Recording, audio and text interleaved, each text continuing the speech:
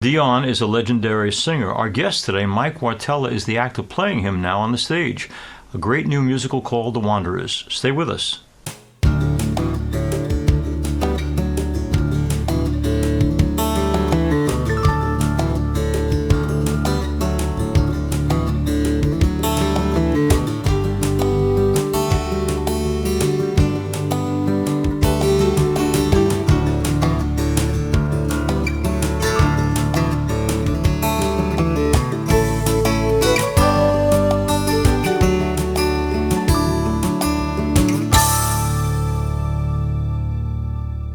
Hello and welcome to Personally Speaking. I'm your host, Msgr Lisante, and actor, singer Mike Wartella joins me now. Mike is currently playing Dion DiMucci, better known as Dion, in a jukebox bio-musical called The Wanderer at the Paper Mill Playhouse in Millburn, New Jersey, and he's received rave reviews for his performance. Mike was raised in the Berkshires in Massachusetts, and at 17 he left for New York to focus on performing.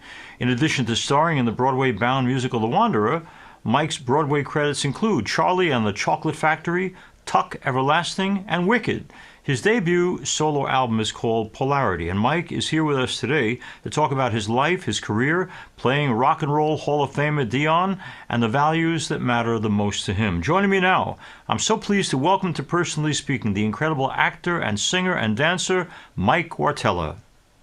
Before we get to our interview with Mike, let's listen to Mike singing a song from The Wanderer.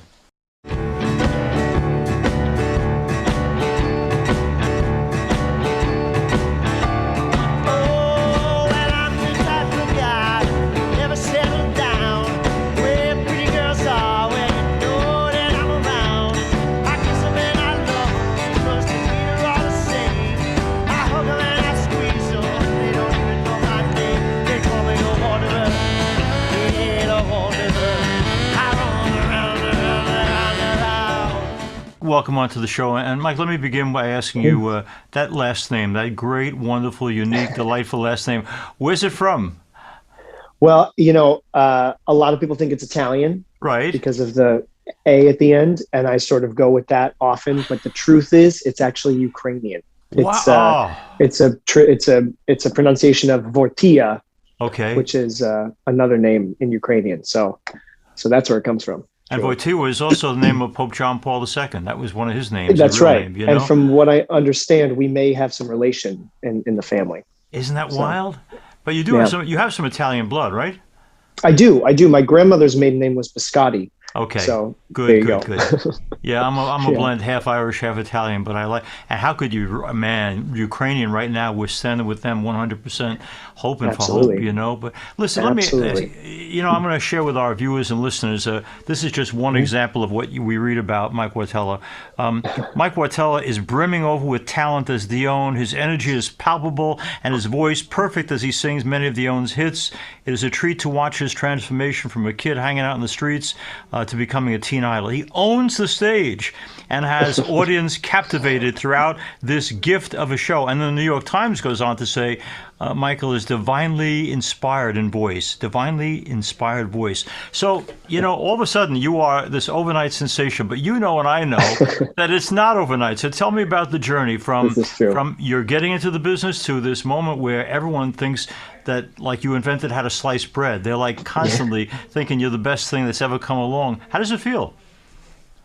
It feels earned. It feels like there's a lot of gratitude surrounding it. Yeah. And it feels stressful is the truth, but it also feels incredibly fulfilling and incredibly, the term we keep using, I keep using a lot at work is it feels like I'm being of service. I get to be of service to the world as best I know how with my particular skill set right now. And that's what I've wanted to do for a long time. So it's pretty exciting, Okay, take us back now. Most parents want their kid to do what he enjoys, what she enjoys. So acting or the arts as an avocation is fine, but as a career, as a vocation, it doesn't make any sense because there's not the pension, there's not the steady paycheck, there's not the security. So I know Mom was very much on her own in the beginning, but the response to you wanting to move with your whole life into the world of arts was what?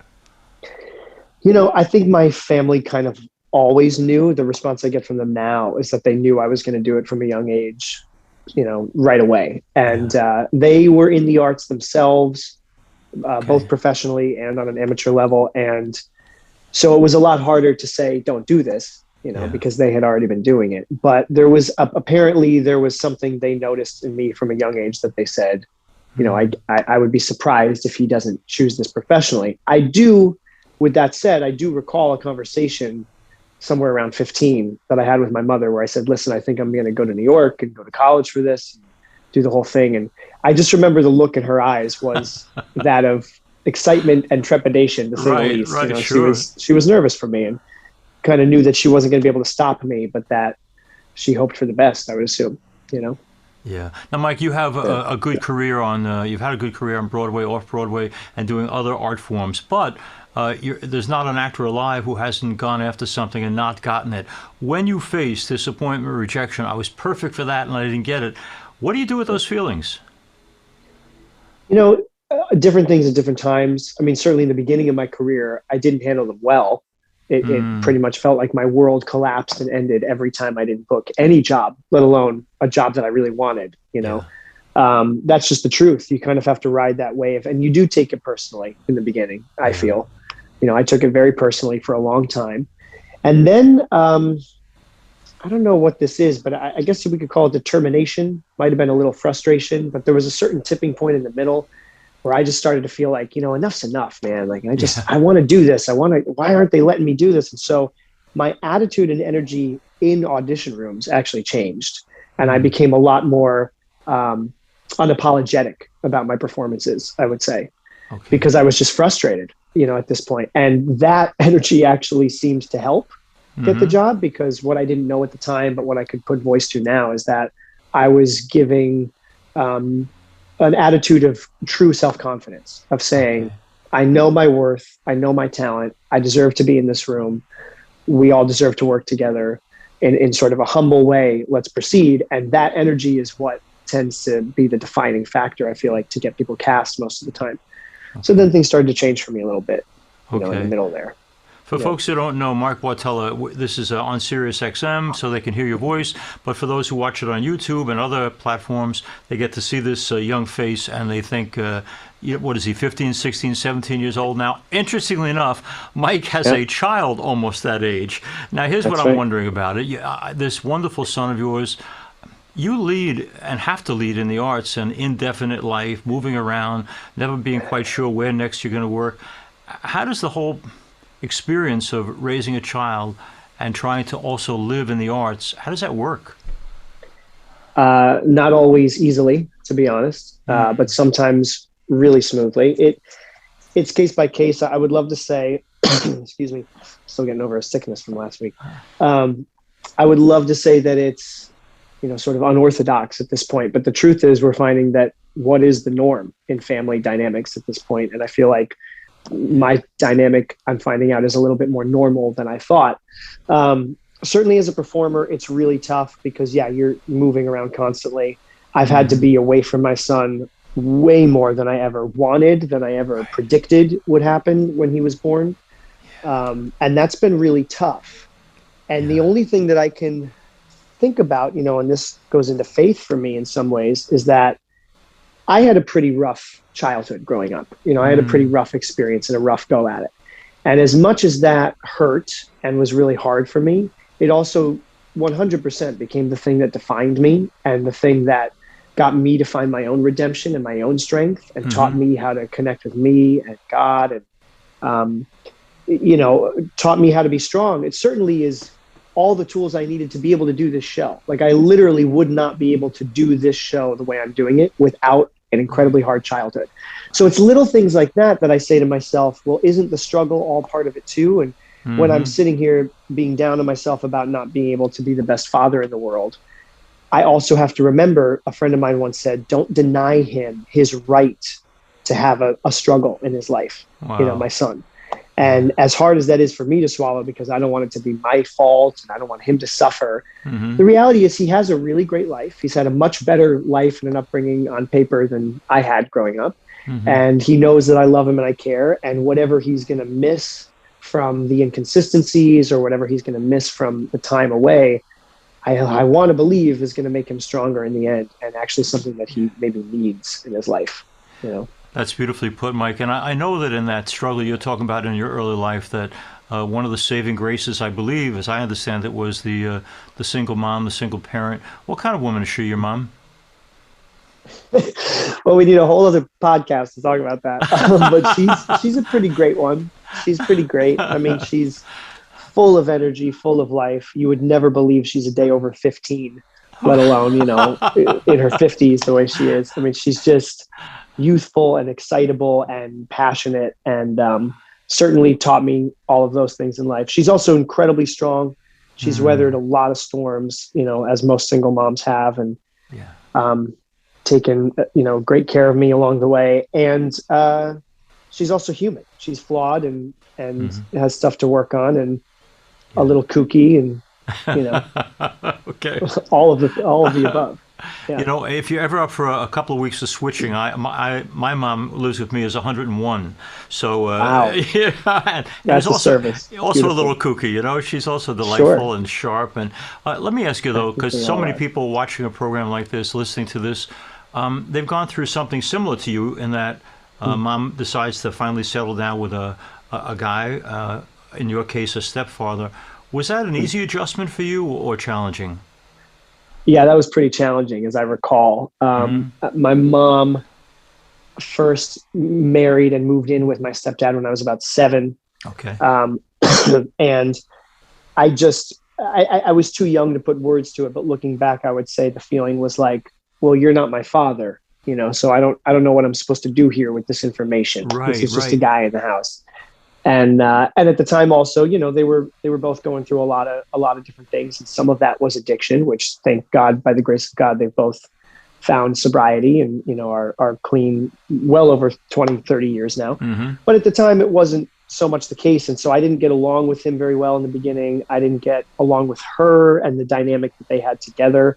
And it definitely pushed me to sort of go out on my own, just emotionally. That said, I do want to say real quick that my father, I call him my father, even though he's my stepfather, did get sober when I was about 14. And over time in his life has made such a drastic transformation that he's actually become the closest person, I would say, to me in my heart over these years, the way he shows up. So that's a true story of redemption and hard work and, you know, God and it paying off. And I always love to look at the difference there, you know. Now, for our listeners and watchers, Mike is playing Dion DiMucci on this great new play called The Wanderers, this musical. We had Dion on years ago, and of course, so much of what he ties to his redemption is about a spiritual relationship with God. And in your own times of struggle, has faith played a part? It has, yeah. I mean, you know, when I was younger, we weren't raised very religious per se. And I have memories of praying on my own, but not really sure to what or in what way. And then the truth was I went through a relationship for a lot of years where I was anti-God and religion, just because I was experiencing a lot of the sides to it that felt more human and a little more hateful to me. And I didn't like that, you know, so it was, I grew up in Massachusetts. We were very liberal and hippie, and it was sort of easy to just beat to our own drum. But, you know, life will do crazy things to you, and kind of very similar to Dion, I found my own struggles with certain addictions and different things in my 20s and early 30s, and was brought to my knees, you know, literally and figuratively myself. And through my own 12-step recovery have tapped into a relationship with God sort of reluctantly in the beginning. I thought, well, I don't know what this is, but I'll give it a shot, I guess, you know? And then pretty quickly started to see and experience and feel a lot of miracles, a lot of, you know, grace around me constantly. And now I would say God is the most important thing in my life in that way, you know?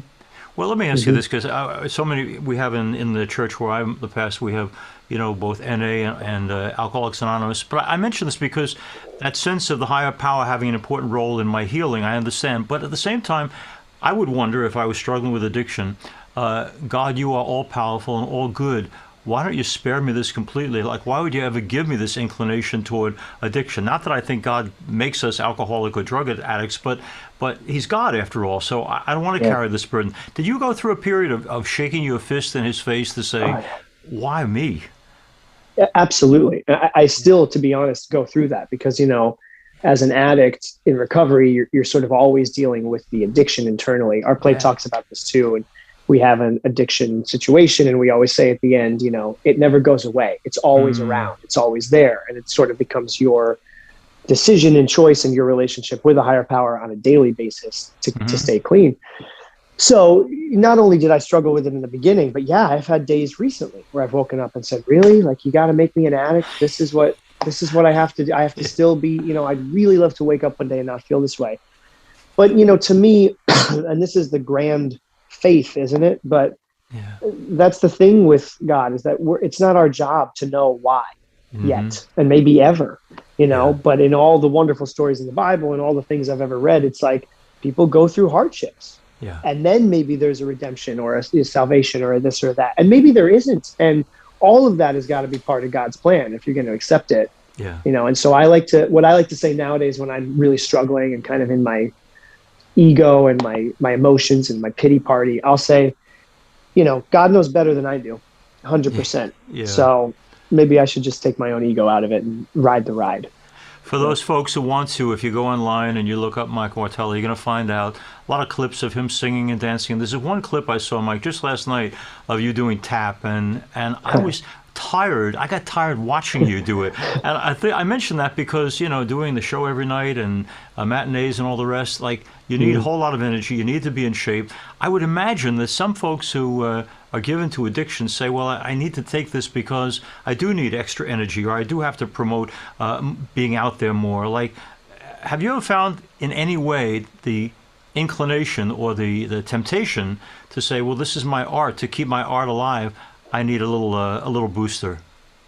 It's funny you say that, actually. Yes, I have had that feeling. And a lot of my friends who are artists and in recovery have talked about the same thing. They've talked about being a songwriter or an actor and saying, well, I write such great songs when I'm in turmoil, when my life is in chaos, when I feel awful. Those are my best songs. Right. I give a great acting performance when I can't stand my life. And so I'm crying constantly on stage. And it's tempting as an actor. I mean, for a lot of years when we were working on the show and developing it in readings and workshops, I was not in the healthiest place. And my performance was very raw and very emotional. And as an actor, that feels good.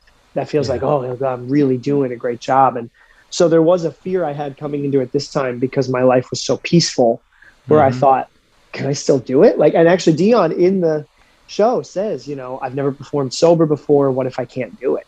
Yeah. And I think he's talking about just having the ease and the calm of the drug to sort of get through the thing. In my case, it was almost having the turmoil and the juices flowing to feed the performance. And what I discovered pretty quickly, surprise, surprise, was that not only was I completely able to tap into all that emotional stuff, right, but I was way more grounded and secure in the performance that I could actually control it as opposed to it controlling me. And I now give a deeper, richer, better performance, and I'm able to detach from it the minute I leave. So, of course, the sober life and the God-connected life is a much better way to do it. It's just scary to take the plunge, I guess. Mike, let me ask you: in the musical, we celebrate not just Dion, but we celebrate the woman who has stayed faithful to him for half a century, Susan. I mention that because perhaps it's accidental, perhaps he was wise in his choice of a person to spend his life with, but it's kind of a miracle, I think, to find the right person to build your life with. I marry people every weekend, or I do their weddings, and I say to them, you might not be the most religious person, but you have experienced the miracle if you think that you have found the right one, because there's so many possibilities for ending up with a loser. Do you have any Mike Wartella guidelines for how do we choose rightly who we're going to build a life with? Boy, I feel like I'm the exact wrong person to answer that question. But maybe that makes me an authority in some way as well. Who knows? I mean, what I have found in making a lot of mistakes in that area of my life, what I have found is that there's a lot to relationships that's more than just love and connection and romance and attraction. Right. That's the spark, let's say. But for me now at my age, what I think seems to show longevity is compatibility as people, friendship and respect and open communication, a little bit of independence so that you're not completely codependent on each other as a relationship. Right. And kind of timing and being at the right place at the right time with each other. And so that to me feels like the miracle, is if you're really going to get all of those qualities plus all the love and romance that you've been looking for your whole life, it can be tricky. And I agree with you. I'm not sure what magic sauce Dion and Susan had, but clearly it's something, because I've seen them in action and they have all of the things in all of the categories that I just mentioned. All right. I hope to be so lucky myself someday. I hope so too. I'll pray for that for you. I promise. Thank you. In this, The Wanderers, Mike playing Dion is haunted by or eclipsed by an alter ego. Joey McIntyre plays the role of the guy who keeps pulling you back into the wrong world. I mention that because you said you've struggled occasionally with addiction yourself. That I'm thinking Carol O'Connor, the wonderful actor who played Archie Bunker, had a son who ultimately succumbed to drugs. But he talked about having a hard time as a man of faith ever forgiving the people who tempted his son to walk down the wrong path. You have a Joey McIntyre in the play who takes that role, but there are probably people in your life who have invited you to walk down the wrong path. How easy or hard is it for you, not as Dion, but as Mike Wartella, to forgive people who have perhaps invited you where you should not go? Interesting question. In my experience, in all honesty, most of the influence from a source wanting it has been internal.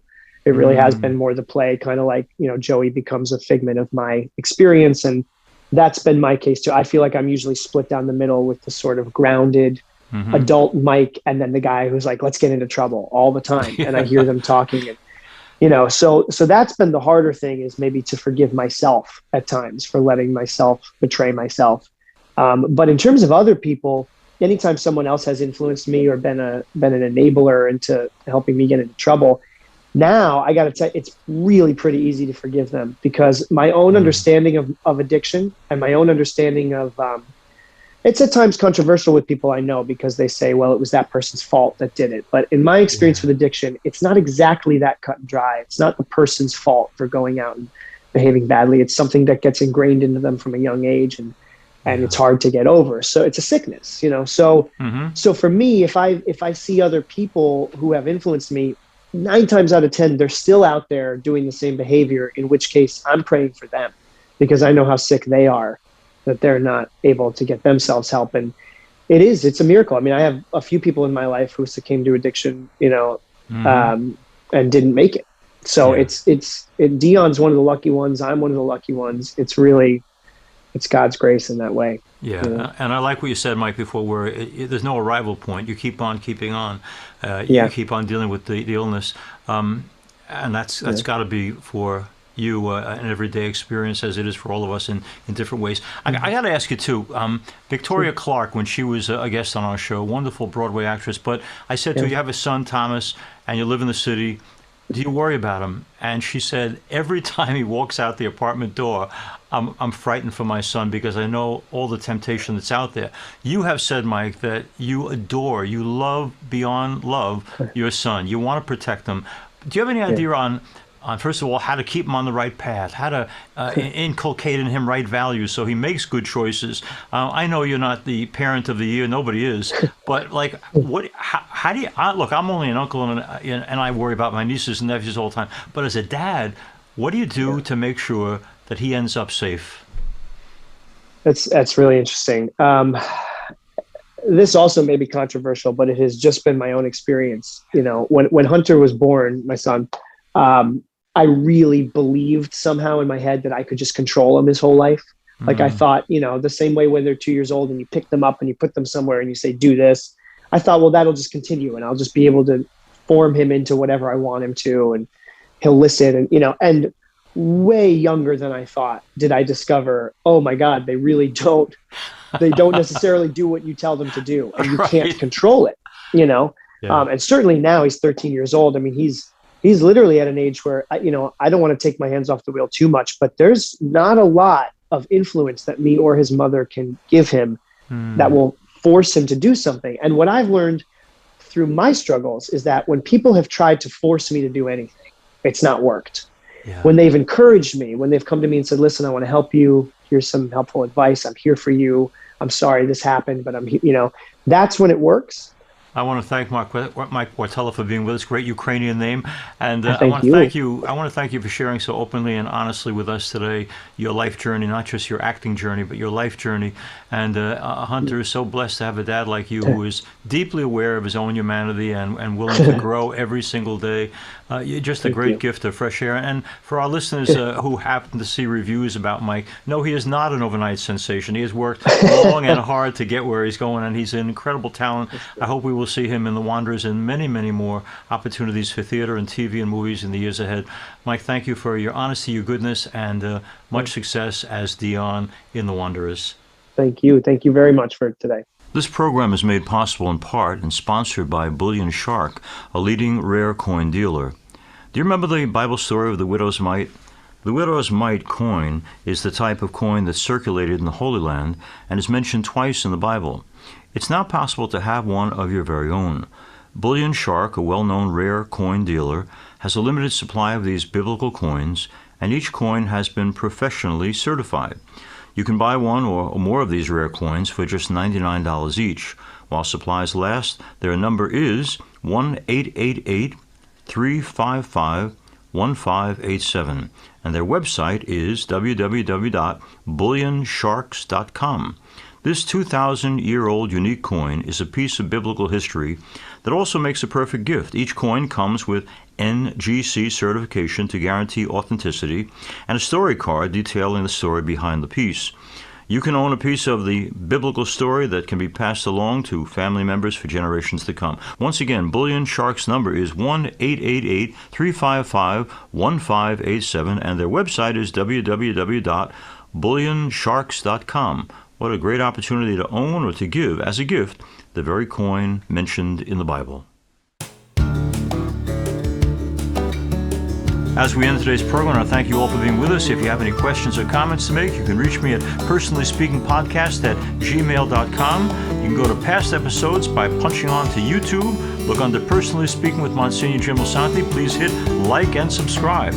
I'm privileged to serve as host and executive producer of this show. Lisa Jandovitz is our producer. Thanks so much for joining us. We'll be with you next time on Personally Speaking.